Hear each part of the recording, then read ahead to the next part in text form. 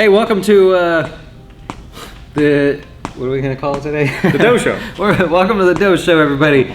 We're doing it by days, by the way, so if you missed a couple days, Tuesday is Trading Tuesday. Today is Wealth Wednesday. Yesterday was definitely Trading Tuesday. Yeah, we went nuts yesterday. You ready for tomorrow? Like, can you follow up what you did yesterday tomorrow? That was a lot. People loved it, though. I think people really liked it. What is technical? I think we just do like a technical analysis kind of thing, you know? Technical Thursday? What does technical mean? Who thought of this? You named it. All right, well, anyways, today is wealth. Today's wealth. What does wealth mean to you? What does wealth mean to you? That's a good one. That's a good one. That's right up there Didn't see that coming. That's right up there with what is the meaning of life, you know? Really? Yeah. What is wealth? Is wealth money? Is it free time? Is it owning a golf course? Oh, one day. Yeah, one day. Okay. One day. Although you're gonna lose some wealth on that, I'm sure. But yeah, it's something different to everybody, right? I mean, wealth is, you know, either you have wealth, you're building wealth, you need wealth, you want wealth. You know, it's different for everybody. So this is it's like Money Monday. It's gonna be the same thing. Yeah, it's tricky because wealth, I think, is perceived as many dollars, but wealth, and with all the customers that I've talked to, wealth it means so much to everybody across the board. Like some people, they don't have a lot, but they're extremely wealthy. Could you, man, that should be on like a questionnaire, like when you sign up at Jazz, first question, what does wealth mean to you? What is wealth? Yeah, and if you answer wrong, yeah, well, there's no wrong answer, right? As long as it's not like having no money. Well, then we could read them and be like, no, that guy, he's got to go. Yeah. Well, I'll go first. What we did is we looked at the top wealthiest clients here at Jazz. And again, wealth just means that people have a lot of money relative to somebody else. It doesn't mean that they're millionaires necessarily or driving around in Bentleys or anything. So what we did is I looked to see how the wealthy, quote, wealthy, respond to market conditions, questions they ask all the time. What's their level of engagement relative to somebody who's just starting out? Not that they're not wealthy, but they're on their way, right? They're trying to work it out.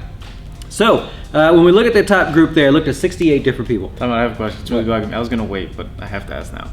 At Jazz and then everywhere else, does the wealthiest client know that they're the wealthiest client here or elsewhere? Well, I wouldn't. I would say no, but I wouldn't know if that person's wealth do they know is only here with us. Right. So do they know that they have the largest account at their place or no? Probably not. No. Very cool feeling though. Well, I'm the guy that does. I bet he could probably guess. Yeah. You know, I'm sure he would probably guess, but no, you wouldn't know because actually we have customers that they have smaller accounts with us, but I've seen their 401k and they dwarf some of our wealthy clients. Right. So it's hard to tell. All right, time back in. All right. So, anyways, those that I know have larger accounts and everything. The first thing is they rarely have a stock idea. They rarely will ask. I can think of maybe two people that have said, "Hey, what do you think about this stock? Hey, should I buy this stock? Or I own this stock. Should I sell it?" They really don't care. They're more broad-based, sort of ready to play the field rather than just play individual stocks. So that's number one.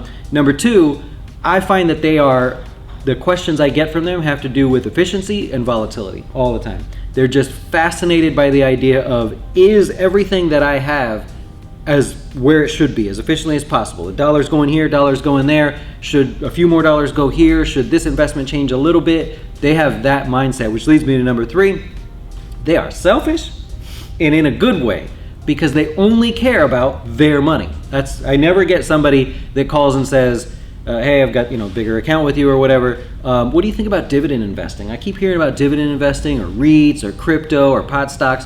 They don't ask. They call and they say, with what I have, can I afford to take a little more risk? Can I afford to be a little more aggressive in some things here and there? I just find that interesting. They never ask that. Whereas the smaller accounts, people will get started and everything, and they're like, hey, what do you think about this stock, which is a REIT, which will pay a dividend every single month, and I like the idea of doing that. And it's kind of like, yeah, I get it that it pays a dividend every month, but you've got $1,000 in your account, you're going to get paid, a whole $5, if that, every month, so it's a little bit weird. But the wealthier clients, they never seem to care about the mainstream stuff. One guy in particular, I would say, does, just because he's more engaged than the average bear, but that's him. And that's that's pretty much it, right? That was the focus. So they don't care so much about the rare individual stock ideas, although some of them do have larger stock positions. They're fascinated by efficiency in terms of their own self. They are incredibly selfish in terms of their goal, which is a good thing. I'm not saying that's a bad thing. They're incredibly focused on only their goals and what they're achieving and how they're going to get there. And never really hear them ask about the mainstream stuff. You know, things like that. I have a new theory on life about being selfish, by the way, and I'll tell you afterwards because it doesn't have anything to do with wealth or Wednesday. This is just a new theory I was pondering. Okay. It's a good theory. You're gonna like it. You're gonna like it a lot. Maybe we'll clue them in at some point.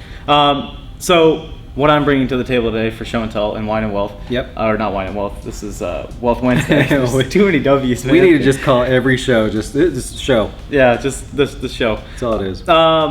People that are looking to build wealth. So you talked about the people who have it. How about people that are trying to build it and maybe one day want to get to where they're at? And so I figured I'd kind of talk about Uber Eats just a little bit. You like to poo-poo all over Uber and Uber Eats.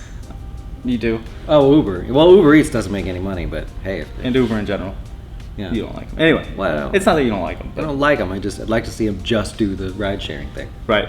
Well, maybe part of it is how much they pay their drivers, because there's actually a lot of people that do Uber Eats that don't drive Uber. I didn't actually realize that, but there's like a whole little community of people that Just do Eats, and not Uber. Because they don't get along with people. That might be part of it. I was gonna say, or their car is not up to date, because I can't actually drive Uber because my car, but I can drive Uber Eats and it's fine. Yep. But my car is too old for that. And then there are a lot of people that have the nicer car, but they don't like to socialize. Yeah. So, how much do you think an Uber Eats driver makes an hour? An hour? An hour. They have to be driving during that? You don't have to be driving, but just if you're gonna do, on average, how much are they making? Because if you're smart, so it's tricky, because in this area, I'll go park in the Tyrone Mall and then wait, I'm not gonna drive. I'll sit right there because that's a nice little hub area, or the Seminole Mall, which has a few. But I'm not gonna just drive around and look for trips. You stay in a hub area. Okay, so Uber Eats, you get paid to deliver food. Right. You don't get paid if you're sitting around. Right. Oh. I would say an hour, maybe $14. So yeah, it does come out to right about anywhere from 14 to 16 bucks an hour, not counting your driving mileage. Yep. So if you're out in like Tampa, where there's a couple little hub spots, but for the most part you're going to be driving far and wide, there it comes down a lot. Like you're making like 8 to 9 bucks an hour. In this area, we're fortunate enough to where you can do several trips in an hour and still make 13, 14 bucks an hour, which is not bad. Here's the kicker, and this is for the people that don't drive Uber Eats. You really make about $2 to $3 per trip, right? So if your Uber driver is picking you up Thai food from Seminole Boulevard and bringing it here, they're gonna make $2.50 if you don't tip. Uber Eats drivers are really banking on that tip, because if you don't tip, if you go 3 or 4 trips in an hour, you're gonna make $8, and that's not counting the driving, and you're not getting a tip. I don't see it. You're really banking on the tip. That's the whole thing to Uber Eats. If you don't get tipped, that trip is a wash, and you're not a happy camper. That doesn't seem like enough money to me. Right. To go do that. Most people are good about tipping. I would say 90% of people tip something. So if you get $2 a trip, and then you get 2 on top of that for a tip, great. At least you made. So you doing that right now? I did. Now this was going to be. Was that the other day when you left for like 3 hours? Well, actually, here's the funny thing. Here's the funny thing. So I went to go do it Friday night. Okay. Right after I went to the gym. I went to the gym for about 30 minutes. Didn't want to do that. That's on me, hand up. Went to the gym. I was in the pouring. It rained so hard. Friday night. It poured. Like, I thought it was a hurricane. Yeah. So I go to BurgerFi. Your favorite. Not this one, but BurgerFi being your favorite. Generally, yeah. Take it down to Park Street. You go down to Park Street, you get to the brick road or whatever. Oh, that's a long way. Right, yeah. Nice little trip there, right? It was like a $6 trip. Mm-hmm. Those are the nicer houses that have the gates. Yep. Okay, pull up to the gate. It's pouring rain. Call the guy. I said, hey, I'm out front. Can you open the gate? And he goes, no, I don't open the gate for Uber drivers. You can just walk it through here. That gate's open. I had to walk in the pouring rain with my bag of cheeseburger, and I went ultra slow because I was so mad, and I wanted the rain to hit the paper bag, and hopefully it would fall everywhere, and that's on him. I don't like that. That guy was a jerk. That was a real jerk. I don't like He's not happy. I would have just left. and just I gave him his food. I'm not delivering it. I quit. I think he tipped me $1, which was nice. But anyway, have you seen the Amazon thing people do? We order something on Amazon, and a lady in a car just shows up and says, "Here you go." Took a picture of it and walked away. oh really? I guess you can do that too. There was an Amazon van out last night at like 10:45 at night. They work hard. Now that 10:45? a lot of credit for those people. Are you knocking on the door at 10:45 at night, or do you just drop it? Oh, I think they just drop it. They have to just take a picture and make sure they have to verify that it's there. Okay.